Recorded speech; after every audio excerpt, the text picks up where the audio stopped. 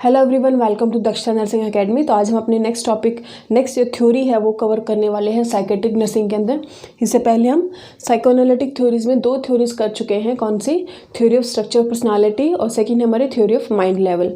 Third हमारी जो theory है वो है थ्योरी ऑफ साइकोसेक्सुअल डेवलपमेंट। ठीक है, आपको पता है जैसे साइकोएनालिटिक जो थ्योरीज है वो किसने दी है? Sigmund Freud. जितने भी हम थ्योरीज अभी कर रहे हैं वो सिगमंड फ्रॉइड ने दी ही है। तो इस थ्योरी के अंदर सिगमंड फ्रॉइड का क्या विश्वास था? उसने ये बोला था कि जो पर्सनालिटी डेवलपमेंट है, किसी भी इंडिविजुअल की जो पर्सनालिटी डेवलप करती है वो साइकोसेक्सुअल जो थ्योरी है उसके ऊपर डिपेंड करती है। अब साइकोसेक्सुअल थ्योरी क्या है? इस थ्योरी में जो फ्रॉइड का मानना था कि जो ट्रू लिबिडो है, सेक्सुअल लिबिडो, ठीक है, या फिर इसको सेक्सुअल एनर्जी बोलेंगे, सेक्सुअल एनर्जी और लिबिडो, ठीक है, ये किसी भी इंडिविजुअल की पर्सनालिटी के पीछे एक ड्राइविंग फोर्स का काम करती है। ठीक है, ड्राइविंग फोर्स मीन्स जो लिबिडो है वही पर्सनालिटी के लिए रिस्पॉन्सिबल है, एक इम्पॉर्टेंट रोल प्ले करता है। ठीक है, अगर जो सेक्सुअल एनर्जी है वही किसी भी इंडिविजुअल की जो पर्सनालिटी को डेवलप करने में हेल्प करती है, ये फ्रॉइड का मानना था। और फ्रॉइड के अकॉर्डिंग एक चिल्ड्रन होता है, एक जो चाइल्ड है उसको 5 स्टेज के अंदर से प्रोग्रेस करना पड़ता है, तभी एक जो है कंप्लीट पर्सनालिटी किसी इंडिविजुअल की डेवलप होती है। ठीक है, तो फ्रॉइड ने क्या बोला है कि 5 स्टेजेस इसने दी थी साइकोसेक्सुअल डेवलपमेंट में, जिस इन 5 स्टेजेस को क्रॉस करके ही प्रोग्रेस करते हुए ही एक चाइल्ड है, एक चाइल्ड की सक्सेसफुल या फिर कंप्लीट जो पर्सनालिटी डेवलप हो सकती है। ठीक है, ये अकॉर्डिंग टू फ्रॉइड है। तो फ्रॉइड ने 5 स्टेजेस दी थी इसके अंदर।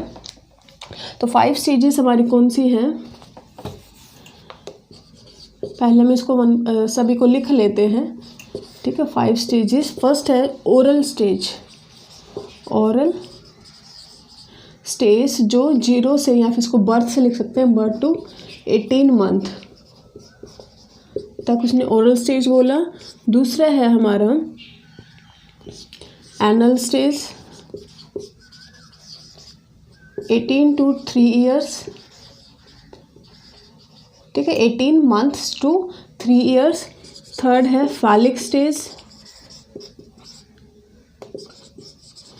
3 years to 6 years। और फोर्थ है आपकी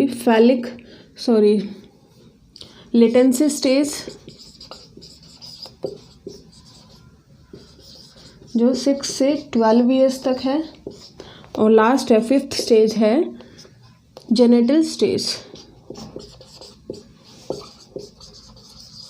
ठीक है, जो 12 से 20 years तक उसने बोले। और कुछ बुक्स में जेनिटल स्टेज को 12 to 20 years लाइफ टाइम तक बोला है। ठीक है, 12 years ऑनवर्ड्स कुछ बुक्स में लिखा हुआ है, या फिर 12 to 20 years भी इसको जेनिटल स्टेज में हम बोल सकते हैं। तो फ्रॉइड ने ये 5 जो है स्टेजेस दी थी। तो इसका मानना था कि अगर 5 स्टेज से गुजरने के बाद ही एक बच्चे की क्या है जो कंप्लीट जो पर्सनालिटी डेवलप होती है। ठीक है, तो इसने इसलिए 5 स्टेज दी थी। और अगर नॉर्मल क्या होना चाहिए कि हर बच्चे को एक स्टेज से दूसरे स्टेज में शिफ्ट करना चाहिए।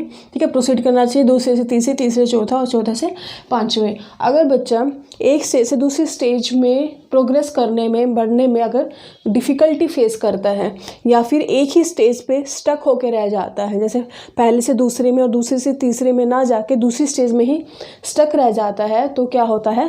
साइकोपैथोलॉजी डेवलप होती है। पैथोलॉजी, ठीक है, डेवलप होती है, जिससे क्या होगा कि बच्चे का जो पर्सनालिटी है वो अच्छे से डेवलप नहीं होगा। और पर्सनालिटी डेवलप ना होने के बाद डेवलप नहीं होने से जो ह्यूमन बिहेवियर है उसमें भी चेंज आएगा। ठीक है, तो उसके अकॉर्डिंग एक जो है किसी भी इंडिविजुअल को शिफ्ट करना है एक स्टेज से दूसरे स्टेज, और शिफ्ट नहीं होता है, एक ही स्टेज में स्टक रह जाता है, या फिर उसको डिफ़िकल्टी होती है शिफ्ट करने में, तो साइकोपैथोलॉजी अराइज होती है। ठीक है, जिसकी वजह से उसकी पर्सनालिटी अच्छे से डेवलप नहीं होती। ठीक है, अडल्ट एज एन एडल्ट। तो हम 1 by 1 ये सारी स्टेजेस को कवर कर लेते हैं। फर्स्ट जो हमारी स्टेज है वो हमारी कौन सी है, ओरल स्टेज, जो 0 to 18 मंथ्स यानी बर्थ से लेके 18 मंथ तक हमारी रहती है। इसमें जो बच्चे को जो सेक्सुअल ग्रेटिफिकेशन मिलता है, मीन्स सेक्सुअल सेटिस्फेक्शन, वो कहाँ से मिलता है, bye touching the oral site. ठीक है, तो इसमें जो हम सेक्सुअल ग्रेटिफिकेशन की बात करेंगे, ठीक है, हर स्टेज में हम सेक्सुअल ग्रेटिफिकेशन की बात करते हैं, सेक्सुअल सेटिस्फेक्शन की बात करते हैं, क्योंकि इस पूरी थ्योरी में यही बात है कि जो सेक्सुअल जो एनर्जी है, लिबिडो है, वही एक ड्राइविंग फोर्स है, वही रिस्पॉन्सिबल है किसी भी इंडिविजुअल के पर्सनालिटी को डेवलप करने में। ठीक है, तो सेक्सुअल ग्रेटिफिकेशन यहाँ बच्चे को कैसे मिलता है, बाय ओरल स्टिमुलेशन से, ओरल स्टिमुलेशन से। ठीक है, जैसे ओरल साइट को अगर वो टच करता है, सकिंग, ठीक है, कौन कौन सी एक्टिविटी हो सकती है, सकिंग से, स्वेलविंग, ईटिंग, तो ये सारी जो है एक्टिविटीज़ करने में उसको सेक्सुअल जो है ग्रेटिफिकेशन, सॉरी यहाँ पे ग्रेटिफिकेशन हमें लिखना है, ग्रेटिफिकेशन, जो सेटिस्फेक्शन लेवल है वो उसको ओरल स्टिमुलेशन से मिलता है। ठीक है, और इस स्टेज में जो बच्चा है वो डिपेंडेंट होता है, dependent on parents, dependent on parents या गार्जियन बोल सकते हैं। ठीक है, तो फ्रूड के अकॉर्डिंग जो है, अगर इसका जो ग्रेटिफिकेशन है यहाँ पे सेटिस्फाइड हो जाता है बच्चा, ठीक है, और एक ओरल स्टेज से निकल के एनल स्टेज में पहुँच जाता है, कंप्लीटली वो सेटिस्फाइड होता है, प्रोसीड करता है, तो क्या होता है, बाद में जाके जो बच्चे की पर्सनालिटी वो कैसा होगा, बच्चा डिपेंडेंट होगा। ठीक है, डिपेंडेंट होगा, और अगर डिपेंडेंट और सेल्फ कॉन्फिडेंट, और अगर बच्चा इसी स्टेज पे स्टक रह जाता है, ठीक है, तो क्या होगा, साइकोपैथोलॉजी होगी। और साइकोपैथोलॉजी में क्या हो सकता है, उसको उस बच्चा स्मोकिंग की तरफ जा सकता है। ठीक है, अडल्ट होने के बाद स्मोकिंग, ड्रिंकिंग, इस तरह की इसको हैबिट्स लग सकती हैं। ठीक है, या फिर ईटिंग एक्सेसिवली, तो इस तरह के वो बिहेवियर शो करता है अडल्ट स्टेज में जाने के बाद। ठीक है, तो अगर यहीं पे बच्चा अच्छे से प्रोसीड कर पाता है तो वो क्या है, डिपेंडेंट होगा। ठीक है, और सेल्फ कॉन्फिडेंट होगा। अगर वो इस स्टेज में स्टक रह जाता है तो बच्चा कैसा होगा, उसको स्मोकिंग हैबिट्स हो सकती हैं, ड्रिंकिंग हैबिट्स हो सकती हैं, और ईटिंग हैबिट्स हो सकती हैं। ठीक है, ये हमारी कौन सी होगी, ओरल स्टेज, जो 0 to 18 मंथ्स में है। नेक्स्ट जो है हमारी एनल स्टेज। एनल स्टेज कब तक बताइए, 18 मंथ से लेके 3 ईयर्स। इसमें क्या है, जो ओरल सेटिस्फैक्शन है बच्चे को मिलता है, वो कहाँ से मिलता है, जो सेक्सुअल सेटिस्फैक्शन है, ग्रेटिफिकेशन है, वो कहाँ से मिलता है, by controlling the bladder and bowel movements. ठीक है, बावल मूवमेंट्स को या फिर ब्लैडर मूवमेंट्स को कंट्रोल करने में उसको सेक्सुअल ग्रेटिफिकेशन मिलता है। ठीक है, अब इस चीज़ में भी 3 चीज़ें हो सकती हैं। ठीक है, उससे पहले जैसे ब्लैडर बावल मूवमेंट्स को कंट्रोल करने के लिए, मूवमेंट कंट्रोल करने के लिए पेरेंट्स को क्या देना चाहिए, टॉयलेट ट्रेनिंग। ठीक है, टॉयलेट ट्रेनिंग बच्चे को अप्रोप्रिएट टाइम पे देनी चाहिए, टॉयलेट ट्रेनिंग। इससे क्या होगा कि बच्चे जो अपनी बॉडीली नीड्स को कंट्रोल कर सकता है, कंट्रोल दी बॉडीली नीड्स। ठीक है, बॉडीली नीड्स हम क्या बात कर रहे हैं यहाँ पे, ब्लैडर और बावल मूवमेंट, मीन्स किस टाइम पे उसको जो है ब्लैडर एम्प्टी करना है, किस टाइम पे उसको स्टूल पास करना है, ये सब उसको ट्रेन करना चाहिए पेरेंट्स को, बच्चों को। ठीक है, इस टाइम पे, और अगर बच्चा इस टाइम पे, ठीक है, और ये अप्रोप्रिएट टाइम पे होना चाहिए, जब जो सही टाइम हो तभी पेरेंट्स को बच्चे को सिखाना चाहिए। ठीक है, ताकि अपने बॉडीली नीड्स को कंट्रोल कर सके।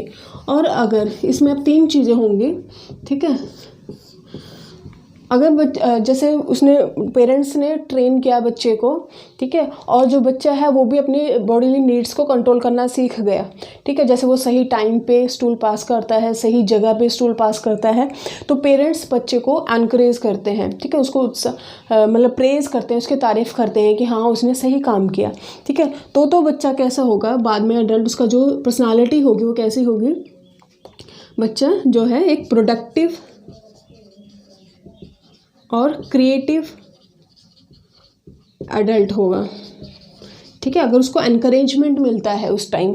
और अगर बच्चे को अगर डांट मीन्स उसको स्कोल्डिंग मिलती है, ठीक है, अगर पेरेंट्स बच्चे को डांटते हैं, स्कोल्डिंग मिलती है, तो बच्चा बाद में किस तरह का होगा, एक जो उसकी डिस्ट्रक्टिव जो है पर्सनालिटी देखने को मिलती है, ठीक है, डिस्ट्रक्टिव पर्सनालिटी। और तीसरा केस इसमें क्या हो सकता है, अगर पेरेंट्स बच्चे को अर्ली मतलब बहुत जल्दी सिखा देते हैं, अर्ली ट्रेन कर देते हैं, ठीक है, मीन्स अप्रोप्रिएट टाइम से पहले ही उसको टॉयलेट ट्रेनिंग दे देते हैं, तो बच्चा बाद में कैसे जाके बनता है, रिजिड ऑब्सेसिव अडल्ट की तरह निकलता है, ठीक है, रिजिड हो गया, बिल्कुल स्ट्रिक्ट रूल्स एंड रेगुलेशन के ऑब्सेस्ड हो जाता है किसी भी काम करने के लिए, ठीक है, तो इस तरह की उसकी जो पर्सनालिटी बन जाती है, ठीक है। तो ये हमारी कौन सी होगी, एनल स्टेज, जिसमें क्या है, उसको जो सेक्सुअल ग्रेटिफिकेशन है, सेटिस्फैक्शन कैसे मिलता है, ब्लैडर एंड बावल मूवमेंट्स को कंट्रोल करने में। अगर ये चीज़ उसको यहाँ पे अच्छे से सेटिस्फाई हो जाता है, बच्चा एनल स्टेज से फाइनल स्टेज में पहुँच जाता है, ईजिली कोई डिफ़िकल्टी नहीं होती, तो बच्चा कैसा होता है, एक कंस्ट्रक्टिव जो बच्चे देखने को मिलता है, ठीक है। और इसमें तीन जो हमने जो शर्तें पढ़ी एक तरह की, ठीक है, कि अगर उसको एनकरेजमेंट मिलता है तो कैसा मिलता है, प्रोडक्टिव और क्रिएटिव अडल्ट बनता है, ठीक है। अगर उसको टॉयलेट ट्रेनिंग के टाइम स्कोल्डिंग मिलती है तो डिस्ट्रक्टिव पर्सनालिटी आती है, और अगर बहुत जल्दी उसको टॉयलेट ट्रेन कर दिया जाता है तो कैसा बनता है, रिजिड ऑब्सेसिव और अडल्ट। ये हमारी होगी एनल स्टेज। नेक्स्ट हमारी फैलिक स्टेज, ठीक है। स्टेज कब से 3 ईयर्स से 6 ईयर्स तक होती है। इस स्टेज में क्या होता है, जो सोशल ग्रेटिफिकेशन है, ठीक है, सोशल ग्रेटिफिकेशन है वो उसको कहाँ से मिलता है, इन सेक्सुअल करैक्टरिस्टिक्स, ठीक है, जो सेक्सुअल जो करैक्टरिस्टिक्स हैं उनको देख के ही उसको क्या है, सेक्सुअल ग्रेटिफिकेशन मिलता है, ठीक है। सेक्सुअल करैक्टरिस्टिक किस टर्म्स में हमने बोला है कि जैसे जो बच्चे को अपोजिट जो सेक्स के जो पेरेंट्स हैं उनमें अटैचमेंट होता है, ठीक है। जैसे अगर गर्ल चाइल्ड है उसको जो अटैचमेंट होता है वो किससे होता है, फादर से होता है, और जो बॉय चाइल्ड है उसका जो अटैचमेंट है वो किससे होता है, मदर। मीन्स अपोजिट सेक्स के पेरेंट्स से बच्चे को अटैचमेंट होता है, ठीक है। ये किस में होता है, फैलिक स्टेज में। और अगर जब गर्ल चाइल्ड को फादर से अटैचमेंट है तो इसको हम क्या बोलते हैं, इलेक्ट्रो कॉम्प्लेक्स। और बॉय चाइल्ड को मदर से जब अटैचमेंट होता है इसको हम बोलते हैं एडिपस कॉम्प्लेक्स, ठीक है। ये टर्म आपको याद रखनी है, एडिपस कॉम्प्लेक्स और इलेक्ट्रो कॉम्प्लेक्स, ठीक है। ये हमारा फैलिक स्टेज में होता है, और इसमें जो बच्चा है मेल और फीमेल के बीच में डिफ्रेंशिएट करना जानता है, ठीक है, यहाँ पे वो समझने लग जाता है। तो ये हमारा फैलिक स्टेज होता है। नेक्स्ट स्टेज है लेटेंसी स्टेज। लेटेंसी स्टेज हमारा कब से कब तक है, 6 to 12 ईयर्स तक है। 6 to 12 ईयर्स में जो सेक्सुअल जो ग्रेटिफिकेशन है वो यहाँ पे थोड़ा रिप्रेस हो जाता है, दब जाता है, बट क्या होता है, ख़त्म नहीं होता, ठीक है। लेटेंसी स्टेज में क्या जो सेक्सुअल जो ग्रेटिफिकेशन है वो रिप्रेस्ड हो जाता है, रिप्रेस्ड, ठीक है, बट ख़त्म नहीं होता। तो जो लिबिडो है वो किस में चैनल हो जाता है, सेक्सुअल फोर्स चैनल्ड इनटू किस में कन्वर्ट हो जाता है, सोशल अप्रोप्रिएट एक्टिविटीज़ में, सोशल अप्रोप्रिएट एक्टिविटीज़। जैसे उसका जो ध्यान है किस तरफ चला जाता है, जो सोसाइटी के जो लिए अप्रोप्रिएट जो एक्टिविटीज़ हैं, ठीक है, जैसे स्कूल वर्क, ठीक है, स्कूल वर्क करने की तरफ, या फिर स्पोर्ट्स में उसका ध्यान चला जाता है, एक्स्ट्रा करिकुलर एक्टिविटीज़ की तरफ जाता है, एक्स्ट्रा करिकुलर एक्टिविटीज़। ठीक है, ये कौन सा हो गया हमारा लेटेंसी स्टेज। तो इसमें क्या है कि जो सेक्सुअल जो फोर्स है वो किस में चैनल हो जाती है, सोशली अप्रोप्रिएट एक्टिविटीज़ में। लास्ट हमारा आता है जेनिटल स्टेज। जेनिटल स्टेज में क्या होता है, ठीक है, इसको मैं यहाँ पे लिख रही हूँ। यहाँ पे ईड और सुपर ईगो क्या है, डेवलप हो जाते हैं, फुली फंक्शन हो जाते हैं, डेवलप्ड इन चाइल्ड। ठीक है, दूसरा क्या होता है, बच्चे का जो सेक्सुअल जो ग्रेटिफिकेशन है, सेक्सुअल ग्रेटिफिकेशन उनको कैसे पूरा करना चाहता है वो बच्चा, according to the social norms. ठीक है, अब वो सोशल नॉर्म्स के अकॉर्डिंग ही अपनी ग्रेटिफिकेशन को पूरा करना चाहता है, सोशल नॉर्म्स। ठीक है, क्योंकि यहाँ पे इसकी एज कितनी 12 to 20 ईयर्स, तो इसमें उसका जो सेटिस्फेक्शन है, ठीक है, वो उसको कैसे मिले, वो उसको कैसे पूरा करना चाहता है according to the social norms. ठीक है, सोसाइटी के जो या फिर उसके जो आसपास का जो इन्वायरमेंट, वहाँ के जो नॉर्म्स है, रेगुलेशन है, उसके अकॉर्डिंग वो अपनी ग्रेटिफिकेशन को पूरा करना चाहेगा। और इसके साथ एक जो स्टेबल रिलेशनशिप है वो बनाना चाहेगा। यहाँ पे stable relationship with opposite sex, with opposite sex client। ठीक है, जो अपोजिट सेक्स क्लाइंट के साथ वो एक स्टेबल रिलेशनशिप बनाना चाहेगा जेनिटल स्टेज में। ठीक है, तो इस तरह से इसकी जो है फ्रूड ने 5 साइकोसेक्सुअल डेवलपमेंट बताई है, जिससे होके हर एक बच्चा अपनी लाइफ में प्रोग्रेस करता है। ठीक है, पहले वो ऑरल स्टेज में जाता है, एनल स्टेज, फैलिक और लेटेंसी, और अगर वो कम्प्लीटली एक स्टेज से दूसरी स्टेज में निकल जाता है तो एक उसकी जो पर्सनालिटी है वो एक अच्छे डेवलप होती है, कंप्लीट पर्सनालिटी डेवलप होती है। और अगर कहीं पे स्टक हो जाता है तो हमने देखा कि साइकोपैथोलॉजी वो अराइज हो सकती है। ठीक है, तो यही था हमारा साइकोसेक्सुअल डेवलपमेंट की जो थ्योरी है फ्रूड ने जो दी थी। ठीक है, आई होप आपको समझ में आया होगा। अगर फिर भी कुछ दिक्कत है आप मुझे कमेंट करके बता सकते हैं। इसके आगे की वीडियो में हम कौन सी थ्योरी देखेंगे, थ्योरी ऑफ डिफेंस मैकेनिज्म। ठीक है, या फिर इसको थ्योरी ऑफ ईगो भी बोलते हैं, वो हम इसके नेक्स्ट वाली जो है वीडियो में हम इसको कंप्लीट कर लेंगे। ठीक है, तो अभी के लिए इतना ही। Thank you so much.